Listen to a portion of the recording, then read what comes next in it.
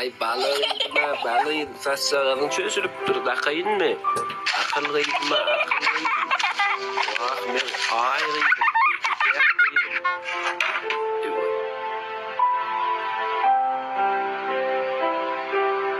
Balak kıydım öyle. Maysa ne oluyor? Ne bulunduracaksın ha? Ne bulunduracaksın? Ya dedim ben şu durmuştan. Ya Daryal ne oluyor Maysa? Sen bir kaçan eşrekli durmuşta yaşayacak cuma. Ben ne emedeyim? İyiliğinde işler masala meklap görüne.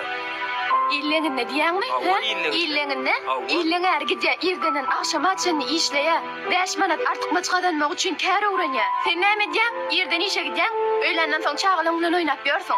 Ben ömrümü pulluyup harsup geçiresim geliyor. Yok düşünen Maysa. Çağılan arasında, başkalan arasında geçiresim geliyor. Yette üttürükte ömrümüz sonra çelşeydi ötürmel mi cuma? Ana hiç zat yeterlik bolmadı şu durmuştu. Çağılan ece kalkı yetmezliğini kimde olurmalı?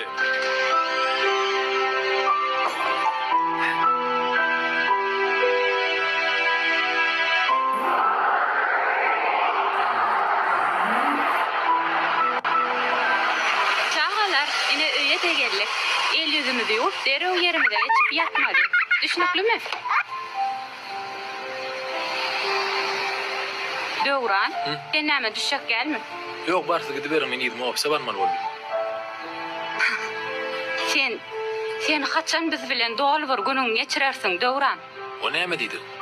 Biz kaçan bir maşgala bolup dolvur günümizi geçireriz Doğran, ha? Sen kaçan görseň işde ya daşary ýurtda saparda.